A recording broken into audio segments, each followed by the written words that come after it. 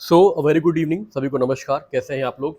और आशा करता हूं कि आप लोग पूरी तरीके से स्वस्थ होंगे। और ये मौसम चल रहा है वायरल का, तो अपना ध्यान ज़रूर रखिए। और सबसे पहली बात तो सभी जो भी एस्पिरेंट्स हैं उनको बधाई मैं दोबारा देता हूं। ये मेरा दूसरा वीडियो होने वाला है। यूपी एपीओ से जुड़ी हुई कुछ जानकारी मैं आपको देने जा रहा हूँ। बहुत सारे मैसेजेस मेरे पास पड़े थे कि सर वुमेन की सीट्स 37 दी गई हैं इन टोटल, 35 37। मैं एक मिनट चेक कर लेता हूँ कितनी सीट्स हैं। तो क्या केवल उतनी ही सीट्स वुमेन्स को मिलेगी या क्या कंडीशन रहेगी? इन सब चीज़ों पर बहुत सारे मैसेजेस मेरे सामने आए थे। तो 36 फीमेल सीट दी हुई है, ठीक है। तो इस पर सर क्या रहेगा, कैसे रहेगा, बहुत सारे क्वेश्चंस रेज हुए थे। तो इस पर भी मुझे जवाब देना है, आप लोगों को क्लियरिटी देनी कि आखिर क्या होगा। और दूसरी बात, जो बहुत सारे इंदिरा साहनी वाले केस को लेकर मैटर उठ रहा है कि 50% रिजर्वेशन एक्सीड हुआ है, जो कि सुप्रीम कोर्ट के निर्णय का उल्लंघन है, ऐसा कहा जा रहा है, ठीक है। उस पर भी मैं अपना वक्तव्य रखना चाहूँगा। तो देखिए, सबसे पहली बात तो कि 182 सीटें हैं और जनरल की सीटें 27 हैं, इन टोटल 182। सबसे ज़्यादा आपकी शेड्यूल कास्ट है, फिर ओबीसी है सीटों का अगर देखा जाए तो, बंटवारा जैसे हुआ है। अब सबसे पहली बात तो मैं किसी प्रकार के विरोध में यहाँ नहीं उतर रहा हूँ, ना मैं किसी का पक्ष ले रहा हूँ, मैं केवल अपना ओपिनियन दे रहा हूँ जो मुझे समझ में आ रहा है। देखिए, जो 50% रिजर्वेशन एक्सीड नहीं करेगा, जो इंदिरा स्वामी वाले केस में जैसा कि डिसाइड किया गया, तो जहाँ तक मैं समझ पा रहा हूँ कि 50% जो सीट्स का रिजर्वेशन, जो 50% सीट्स है वो फ्रेश है। मतलब फ्रेश सीट्स जब भी आप निकालेंगे जिसमें कोई भी बैकलॉग ना हो, इसमें किसी प्रकार का कोई बैकलॉग ना हो, उन सीट्स पर 50% हमारा अप्लाई होगा। और यहाँ पर जहाँ तक मैं समझ पा रहा हूँ, यहाँ पर सीटों का बैकलॉग है, यहाँ पर सीटों का बैकलॉग है। इसलिए यहाँ पर ओबीसी और एससी की सीटों का जो है वो ज़्यादा दिख रहा है हमें 50% से एक्सीड होके। ये मेरा अपना पर्सनल एनालिसिस है, गलत भी हो सकता है, ठीक है। लेकिन जहाँ तक मैं समझ पा रहा हूँ कि इसमें बैकलॉग की सीटें हैं और बैकलॉग की सीटों पर रिजर्वेशन जहाँ तक है प्रभावित नहीं करता है, ठीक है। तो जहाँ तक फ्रेश सीट है, जहाँ पर कोई बैकलॉग की बात नहीं है, फ्रेश सीटों पर तो प्रॉपर अप्लाई होता है, 50% से एक्सीड करेगा भी नहीं और ना ही करना चाहिए। लेकिन अगर बैकलॉग की सीटें ऐड हुई हैं तो हो सकता है वहाँ पर ये ऐड होने के बाद ही आपको 61 या जिसे कहते हैं कि 67 का रेशियो आपको जो है वो वैल्यू आपको दिखाई पड़ रही है, ठीक है। तो ये बात तो रही आपकी इंदिरा स्वामी वाला जो भी आपका कंटेस्टेड मैटर बन रहा है यहाँ पर। और ये तो बिल्कुल श्योर सी बात है कि रिट फाइल हो जाएगी, बिल्कुल गारंटीड है कि रिट फाइल होगी इस मैटर में। सब अपना पक्ष रखेंगे, रखना भी चाहिए, किसी के साथ इनजस्टिस ना हो, क्योंकि 2022 के बाद वैकेंसी अब आई है, ठीक है।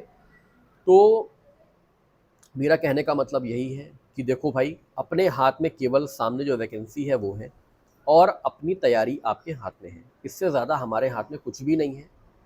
रिट भी फाइल हो जाएगी, उसका डिसीजन भी आ जाएगा, लेकिन तब तक आप हाथ पे हाथ रख के मत बैठना केवल इस वजह से कि रिट का डिसीजन आने दें और हो सकता है कि जनरल की सीटें बढ़ जाएं, हम तब तैयारी में लगेंगे। तो बढ़ भी सकती हैं और नहीं भी बढ़ सकती, दोनों चीज़ें इसमें हो सकती हैं, ठीक है। अगर बैकलॉग के साथ आई होगी तो उसमें कुछ नहीं होगा, ठीक है। और अगर बैकलॉग जनरल में नहीं होगा तो सीटें यहीं रहेंगी, जहाँ तक मैं लगा पा रहा हूँ, उम्मीद मुझे लग रही है, ठीक है।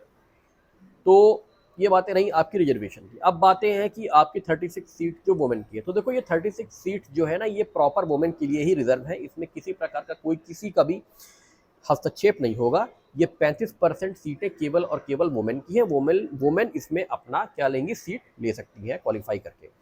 36 सीट्स भर जाने के बाद जो भी वुमेन है वो अपने कोटे में भी सीट ले सकती है। अगर वो वुमेन ओबीसी की है, जनरल की है, एससी की है, एसटी की है, तो उसमें भी अपना जाएगी।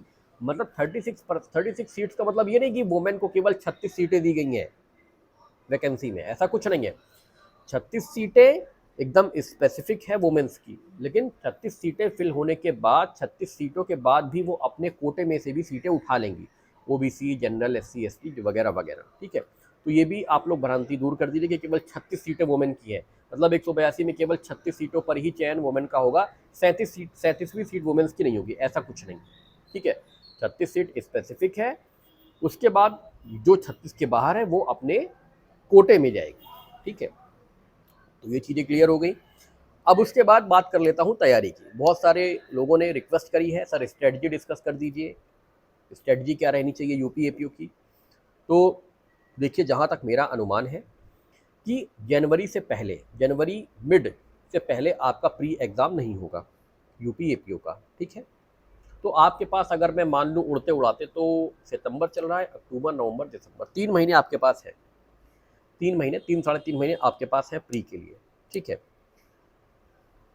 तो अभी आपके पास विधिवत टाइम है, ठीक है, विधिवत टाइम है। विधिवत टाइम इसका मतलब ये नहीं कि आप सो जाएंगे, ऐसा भी नहीं है, इतना टाइम भी नहीं कि विधिवत मतलब एकदम ही विधिवत हो गया। 16 माइनर एक्ट आपके ऐड हो गए हैं, जैसा मैंने बताया था, मैंने बहुत पहले ही अपनी वीडियो में बता दिया था कि 16 माइनर एक्ट ऐड होने वाले हैं, संविधान ऐड होने वाला है, और सब कुछ वैसा हो गया है, ठीक है। इसमें मैं कोई ऐसी वाहवाही नहीं लूटने जा रहा हूँ कि जो मैंने कहा या जो मैं कहता हूँ वही होता है, ऐसा कुछ नहीं। अनुमान था, सत्य हो गया, कहीं से कुछ न्यूज़ मिली थी, वो धरातल पर उतर गई, इतना ही है, ठीक है।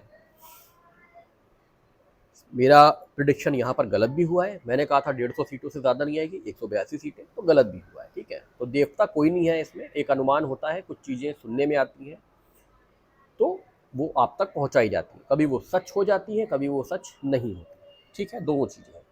अब मैं बात कर लूँ स्ट्रेटजी की, तो स्ट्रेटजी में देखो भाई, अभी आप लोग के पास इतना टाइम तो है ही है कि आप सबसे पहले अपनी बेरेक्ट पर जाओ, जितने भी सब्जेक्ट आपके प्री के हैं, ठीक है, आप उनका बेरेक्ट फ्रॉम पेज वन सेक्शन 1 से आप रीड करना स्टार्ट करिए। जो मेरा मानना है, अभी आपको उछलने कूदने की आवश्यकता नहीं है कि हम डायरेक्ट एमसीक्यू पे पहुंच जाएं, या हम रेडी रेकुनर को रेफरेंस में तुरंत ले आएँ, रेकुनर पढ़ने लगें, हम बेयर एक्ट को हम क्या कर दें, साइड में रख दें, गलत हो जाएगा, ठीक है। बहुत टफ कंपटीशन होने जा रहा है, विश्वास मानो, बहुत टफ कंपटीशन, ठीक है। तो सबसे पहले बेयर एक्ट की रीडिंग करना, बेयर एक्ट की रीडिंग भी ऐसे करनी है कि आपको पूरा पूरा बेयर एक्ट पढ़ के एमसीक्यू पे नहीं जाना है। बहुत सारे चैप्टर्स होते हैं, जैसे 39 चैप्टर्स हैं हमारे बीएनएसएस में, ठीक है, 531 सेक्शन है। सपोज करो आपने चैप्टर 2 या चैप्टर 3 तक, अप टू चैप्टर 3 आपने एक दिन में कंप्लीट किया, तो आपका अब जो नेक्स्ट काम बनता है वो ये बनता है कि आप उस चैप्टर 3 के एमसीक्यू अपनी किताब से जाकर लगाएं। चैप्टर वाइज आपके पास एमसीक्यू की किताब होनी चाहिए।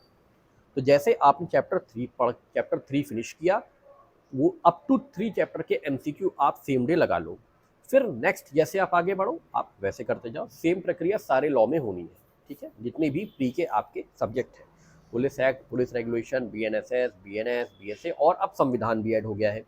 तो संविधान की भी बेयर एक्ट आपको पढ़नी है। जीएन पांडे पढ़ने के चक्कर में मत लग जाना, बाकी आपकी इच्छा है। बेयर एक्ट की रीडिंग वर्ड बाय वर्ड होनी चाहिए, जब चैप्टर या पार्ट खत्म हो तब उसके एमसीक्यू लगने चाहिए, ठीक है। उससे क्या होगा कि आपके अंदर एक कॉन्फिडेंस आएगा कि हमने बेयर एक्ट भी पढ़ी है और हमने उसके एमसीक्यू भी लगा लिए हैं। फिर उसके बाद सप्लीमेंट करना चाहो तो सब कुछ कर सकते हो सप्लीमेंट में, चाहे आप रेडी रेपोनर से पढ़ लो, जो भी आपके पास संसाधन मौजूद हैं आप उससे कर सकते हो, किसी के नोट्स ले लो, खुद के नोट्स बने हो, जो भी हो वो आपके ऊपर है, ठीक है। तो ये चीज़ें आपको अपनानी है लॉ के लिए, ठीक है। स्टैटिक जीके के लिए अब इस बार बहुत अच्छा ये एक देखने में आया है कि इन्होंने डिस्ट्रीब्यूशन ऑफ मार्क्स कर दिया है कि कितने नंबर का क्या आएगा, जनरल साइंस कितने का, वर्ल्ड ज्योग्राफी कितने का, नेशनल मूवमेंट कितने का, वगैरह वगैरह, 8 नंबर, 10 नंबर ऐसे कर दिया है। तो आप एक स्ट्रेटजी अडॉप्ट कर सकते हो कि आपको कितना, किस फील्ड में आप कितने नंबर आपको उठाने, जिससे कि आप एक ऑन एवरेज जीके में आ जाओ और आप एवरेज मिलाकर लॉ के साथ प्री क्रैक करो, ठीक है। क्योंकि देखो, एग्ज़ाम मैंने भी दिए हैं, मैं केवल एक अटेम्प्ट यूपी एपीओ को दे पाया हूँ, दुर्भाग्य रहा है मेरा 2018 में के बाद से मैं केवल एक अटेम्प्ट यूपी एपीओ को दे पाया हूँ, ठीक है। वो भी समझो कि बस होते होते रह गया था, ठीक है। तो जिसे कहते हैं कि फाइनल सिलेक्शन नहीं हो पाया मेरा, तो जिसे कहते हैं कि मैंने देखा वहाँ पर पीसीएस ग्राउंड के जो लड़के हैं, पीसीएस जो देते हैं, ठीक है, आईएएस वाले तो नहीं आते, बहरहाल पीसीएस वाले आ जाते हैं, तो पीसीएस वाले बच्चे जो है ना वो क्रैक कर लेते हैं यूपी एपीओ का प्री। कारण ये है कि उनका जीएस तो स्ट्रांग रहता है, ठीक है, 50 नंबर में वो लगभग 35 से 40 नंबर मार देते हैं, उसमें नो डाउट वो कर लेते हैं। एमसीक्यू लगा लगा के वो एवरेज लॉ में ले लेते हैं, यदि एमसीक्यू बहुत कॉन्सेप्चुअल नहीं आए तो उनका प्री निकल जाता है, लेकिन उनका मेंस निकलते हुए मैंने कभी नहीं देखा कि उनका मेंस निकल जाता है। कारण क्या, कॉन्सेप्ट क्लियर है ही नहीं, केवल हवा में तीर चलाया और तीर लगा, इतना ही है, ठीक है। जब तक आपके कॉन्सेप्ट नहीं क्लियर होंगे चीज़ों पर, आपका मेंस तो कभी जिंदगी में निकल नहीं सकता। रट रट के मेंस कभी नहीं निकलता, मेंस निकलता है कॉन्सेप्ट क्लियरिटी के साथ, ठीक है। तो आप क्या करना है, अब आपको जीएस में मैंने ओपी वर्मा सजेस्ट करी हुई है। बहुत सारे लोग घटना चक्र का इस्तेमाल कर रहे हैं, बहुत सारे लोग परीक्षा मंथन का इस्तेमाल कर रहे हैं, जिसको जो भी करना है वो करें। बस ये है कि आपको रिपीटिशन करनी है। यदि आप ओपी वर्मा को लगा रहे हैं तो एक बार में नहीं काम बनेगा, कम से कम 4 से 5 बार की आपकी उसमें रीडिंग होनी चाहिए बार बार। प्रीवियस ईयर के जो भी क्वेश्चन एमसीक्यू के हैं वो गलत ना हो, वो बिल्कुल भी गलत ना हो, उसमें कोई भी एरर ना हो, तब तो काम बन जाएगा। सॉरी, यदि प्रीवियस ईयर के क्वेश्चन गलत होने लग जाएंगे पेपर में तो आप वहीं से एग्जाम से बाहर हो जाएंगे, ठीक है। करंट अफेयर की बहुत सारी मैगजीन्स हैं, दृष्टि की है, घटना चक्र है, स्पीडी है, ठीक है। तो आप स्पीडी भी ले सकते हो, घटना चक्र मंथली भी ले सकते हो, दोनों ही बेस्ट है, ठीक है, इसमें से कर सकते हो। दूसरा, अगर आप ऑनलाइन मोड में जाना चाहते हो तो जीके टुडे है, बेस्ट साइट है, उसको भी आप देख सकते हो, ठीक है। और बहुत सारी चीज़ें हैं जिससे आप अपना current affair day to day का तैयार कर सकते हो, ठीक है। चाहे आप हार्ड कॉपी ले लो, चाहे आप ई ई ई कॉपी ले लो, ठीक है, जो भी आपको बेटर लगे। तो करना क्या है कि रोज़ का रोज़ एक शेड्यूल बनाना है, ठीक है, कि हमें आज ये चीज़ें करनी है, उस शेड्यूल के हिसाब से आपको आगे बढ़ते जाना है, ठीक है। अपने शेड्यूल में डेली करंट अफेयर डालना है, डेली स्टैटिक जीके डालना है, डेली लॉ के सब्जेक्ट डालने हैं, जो भी आपको जितना भी आपसे संभव हो सके। ऐसा टारगेट लेकर चलना कि खुद शाम को आपको आराम से नींद आ जाए। ऐसा ना हो कि आपको रात में लगे यार ये नहीं हो पाया, वो नहीं हो पाया। एक दिन में पूरा पहाड़ अपने सर पे मत रख लेना, डुएबल चीज़ें करना चाहिए, वरना फिर वो निगेटिव इम्पैक्ट भी हमारी तैयारी पर डालते हैं कि यार हमसे नहीं हो पा रहा है, ठीक है। तो बहुत चीज़ें, बहुत सिंपल सा मैंने स्ट्रेटजी बताई है, ज़्यादा अफलातूनी नहीं। 15 दिन, 45 दिन, 50 दिन वाली बात नहीं है। जो बात है वो सीधी बात है। तैयारी ऐसे करनी है, सबसे पहले बेयरक रीडिंग करनी है, चैप्टर बाय चैप्टर करना है। 3 चैप्टर तक कर लिया, अब 3 चैप्टर के एमसीक्यू लगाओ, आगे बढ़ो। जो क्वेश्चन गलत है सर्किल बनाओ, वो क्वेश्चन गलत हुआ क्यों, क्या कॉन्सेप्चुअल गलती थी या मेमोरी वाली गलती थी, हम उसको मेमोराइज नहीं कर पाए, या केस लॉ की गड़बड़ी थी, या मैगजीम की गड़बड़ी थी, या अमेंडमेंट वाले क्वेश्चन थे, हमसे कहाँ किस छोर पे गलती हुई है, ये एनालिसिस करना है आपको जब आपकी गलतियों से, और उस फील्ड पर काम करना है, ठीक है। बेयर एक्ट तक सीमित रहना, टेक्स्ट बुक के चक्कर में मत पड़ जाना। टेक्स्ट बुक केवल तभी खोलनी है जब कोई कॉन्सेप्ट ना क्लियर हो रहा हो बेयर एक्ट से, ठीक है। इतना ही करते जाना है। ओपी वर्मा के एमसीक्यू लगाते जाना है, या घटना चक्र के एमसीक्यू लगाते जाना है, परीक्षा मंथन के एमसीक्यू लगाते जाना है, ठीक है। करंट अफेयर की कोई मैगजीन ले लो, रेगुलरिटी रखो, काम हो जाएगा, ठीक है। मेंस की बात है, मेंस की तैयारी भी साथ के साथ चलती रहनी चाहिए। 16 माइनर एक्ट है, मैं जानता हूँ बहुत बड़े बड़े एक्ट नहीं है, सब में 8-8 सेक्शन, 9-9 सेक्शन, 10-10 सेक्शन, 12-12 सेक्शन ऐसे हैं, लेकिन कहते हैं ना एक रन से हार जीत होती है, तो किसी को हल्के मत लेना। माइनर एक्ट की भी रीडिंग करते रहना। माइनर एक्ट के बेयर एक्ट्स अवेलेबल हैं, अब परचेज कर लो। पहले मैंने मना किया था मत करना, लेकिन अब कहता हूँ कर लो परचेज, ठीक है, और लग जाओ। कुछ दिन में आप देखोगे कि इसके सॉल्व भी आपको मिलेंगे मार्केट में, ठीक है। 16 एक्टों के आपको सॉल्व भी मिलेंगे, वो भी परचेज कर लेना, ठीक है। बहुत बेनिफिशियल रहेंगे, आपकी आंसर राइटिंग में आपको मदद करेंगे, ठीक है। अभी से हिंदी, इंग्लिश, ठीक है, और जीके में अपना समय देना शुरू कर दो। केवल प्री पॉइंट ऑफ व्यू की पढ़ाई मत करना, मेंस की करते रहो। जैसे ही एग्ज़ाम की डेट आए तुरंत मेंस की तैयारी बंद करके केवल प्री का रुख कर देना, ठीक है। जैसे ही एग्ज़ाम की डेट आए, अभी कोई डेट नहीं है, अभी आप मेंस की तैयारी भी साथ में करते रहो। अभी 24 अक्टूबर तक तो फॉर्म भरवाएंगे ना, उसके बाद देखा जाएगा। तो तैयारी आप करते रहिए, क्योंकि मेंस की तैयारी में समय ज़्यादा नहीं मिलता, और मेंस की तैयारी कोई एक दिन की तैयारी नहीं होती, लिखने की प्रैक्टिस नहीं बनती। अभी से स्टार्ट करते रहो, 2-2, 3-3 मेंस के क्वेश्चन टॉपिक वाइज छाट के करते रहो, रोज के रोज काम हो जाएगा, ठीक है। तो आशा करता हूँ कि मैंने आपको काफ़ी कुछ चीज़ें बता दी होंगी। यदि आपको मेरी टेस्ट सीरीज़ से जुड़ना है, यूपी एपीओ के जो करंट पैटर्न की टेस्ट सीरीज़ से आपको जुड़ना है, तो आप जुड़ सकते हैं। टेस्ट सीरीज़ स्टार्ट हो चुकी है, बहुत सारे लोगों ने ज्वाइन भी कर लिया है। आप भी चाहें तो ज्वाइन कर सकते हैं, बहुत इकोनॉमिकल फीस में और प्रॉपर पैटर्न के साथ हम टेस्ट सीरीज़ प्रोवाइड करेंगे, फुल्ली प्रिंटेड फॉर्म में होगी। बाकी आप टेस्ट सीरीज़ जब अटेम्प्ट करेंगे तो खुद आप ही बताएंगे कैसा है क्या है, ठीक है।